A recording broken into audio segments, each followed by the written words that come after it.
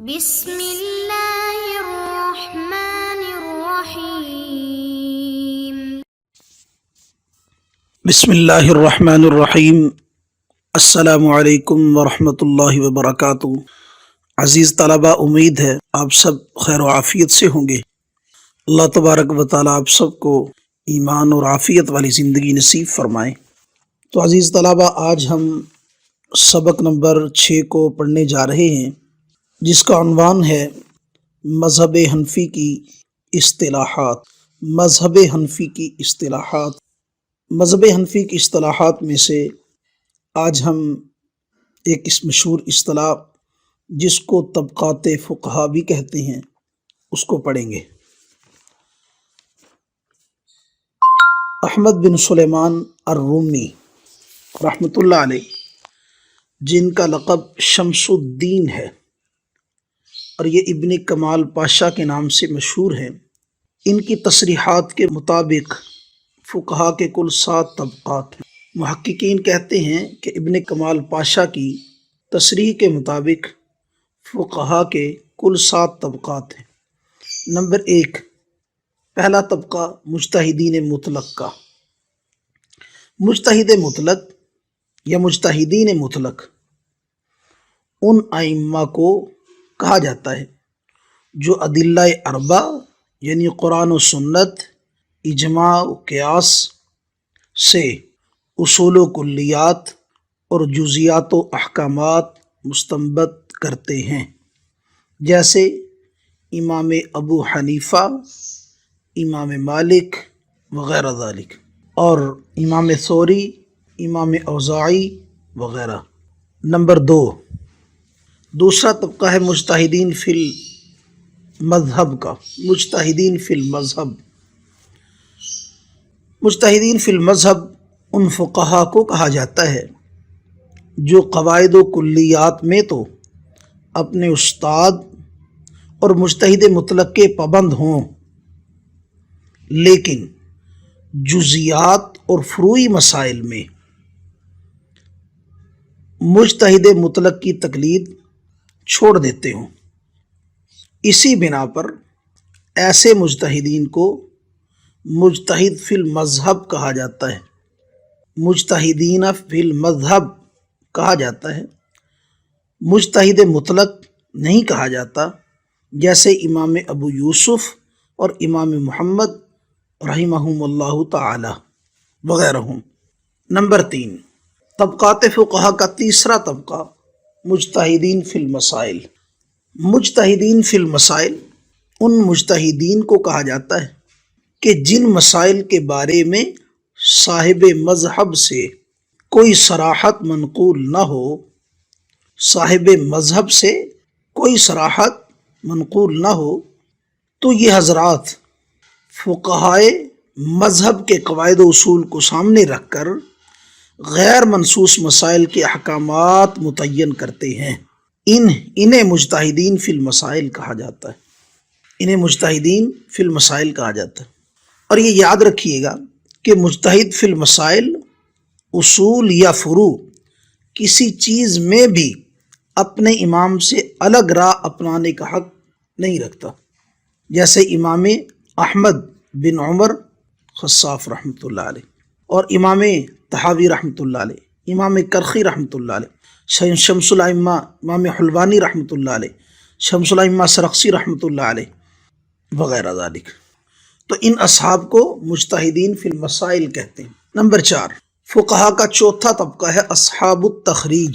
اصحاب التخریج۔ اصحاب التخریج ان اصحاب کو کہا جاتا ہے جو اجتہاد کی صلاحیت تو نہیں رکھتے، لیکن اصول ماخذ کو محفوظ رکھنے کی بنا پر اتنی قدرت ضرور رکھتے ہیں کہ ذو وجہین یا مجمل قول کی تعیین و تفصیل کر سکیں اور نظائر فقہیہ اور قواعد مذہب پر نظر کر کے اپنی ذمہ داری کو انجام دینے کے اہل ہوں، جیسے امام ابو بکر رازی رحمۃ اللہ علیہ وغیرہ ذالک۔ نمبر 5، طبقات فقہا کا 5واں طبقہ اصحاب الترجیح۔ 5واں طبقہ اصحاب الترجیح، اصحاب الترجیح ان اصحاب کو کہا جاتا ہے کہ جو مذہب کی بعض روایات کو دوسری بعض روایات پر ترجیح دینے کی صلاحیت رکھتے ہوں، جو مذہب کی بعض روایات کو دوسری بعض روایات پر ترجیح دینے کی صلاحیت رکھتے ہوں، جیسے امام قدوری اور صاحب ہدایہ وغیرہ۔ نمبر 6، طبقات فقہا کی چھٹی قسم مقلدین اصحاب تمییز، مقلدین اصحاب تمییز ان اصحاب کو کہا جاتا ہے، مقلدین اصحاب تمییز ان اصحاب کو کہا جاتا ہے جو مذہب کی مضبوط اور کمزور روایات میں فرق کرنے کی صلاحیت رکھتے ہوں۔ تو مقلدین اصحاب تمییز ان اصحاب کو کہا جاتا ہے جو مذہب کی مضبوط اور کمزور روایات میں فرق کرنے کی صلاحیت رکھتے ہوں، یعنی ظاہر الروایہ نادر الروایہ کی پہچان رکھتے ہوں، جیسے صاحب کنز، صاحب مختار اور صاحب وقایہ وغیرہ ذالک۔ نمبر 7، مجتہدین کا 7واں طبقہ یا فقہا کا 7واں طبقہ غیر ممیز مقلدین، غیر ممیز مقلدین۔ غیر ممیز مقلدین ان اصحاب کو کہا جاتا ہے جو گزشتہ طبقات میں سے کسی بھی طبقے کی ذمہ داری کو اٹھانے کی اہلیت صلاحیت نہ رکھتے ہوں۔ در حقیقت یہ لوگ فقیہ نہیں بلکہ ناقلین فتاوی ہیں۔ آج کل کے مفتیان کا تعلق اسی طبقہ سے۔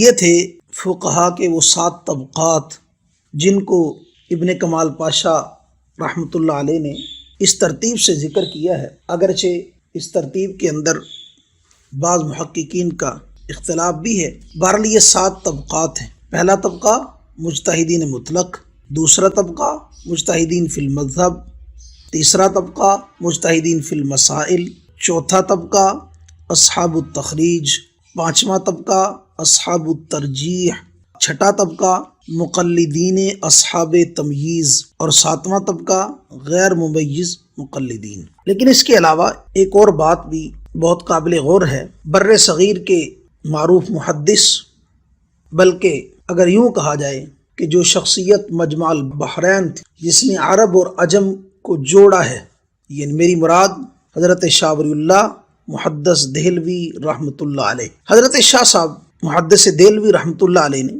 فقہا کے 3 طبقات بیان کیے ہیں، 3 طبقات۔ آپ فرماتے ہیں کہ مجتہدین کا پہلا طبقہ مجتہد مطلق مستقل، مجتہد مطلق مستقل یعنی وہ شخص جو فقاہت، سلامت طبع، بیدار مغزی، دلائل کی معرفت، استنباط کی صلاحیت اور جزیات پر تعمق جیسی صفات سے متصف ہو، اس کو مجتہد مطلق مستقل کہتے ہیں۔ جیسے ائمہ 4 یعنی امام ابو حنیفہ، امام مالک، امام شافعی، امام احمد بن حنبل رحمہم اللہ تعالی۔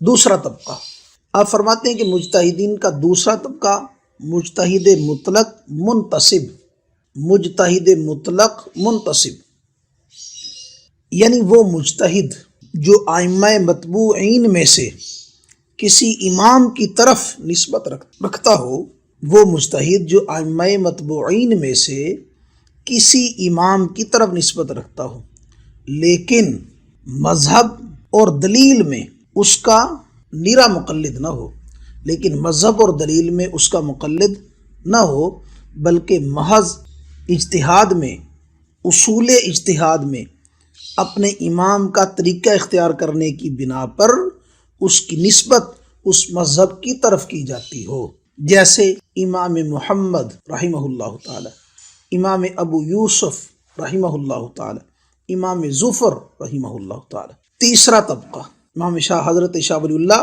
رحمۃ اللہ علیہ فرماتے ہیں کہ تیسرا طبقہ ہے مجتہد فی المذہب، مجتہد فی المذہب کا، مجتہد فی المذہب۔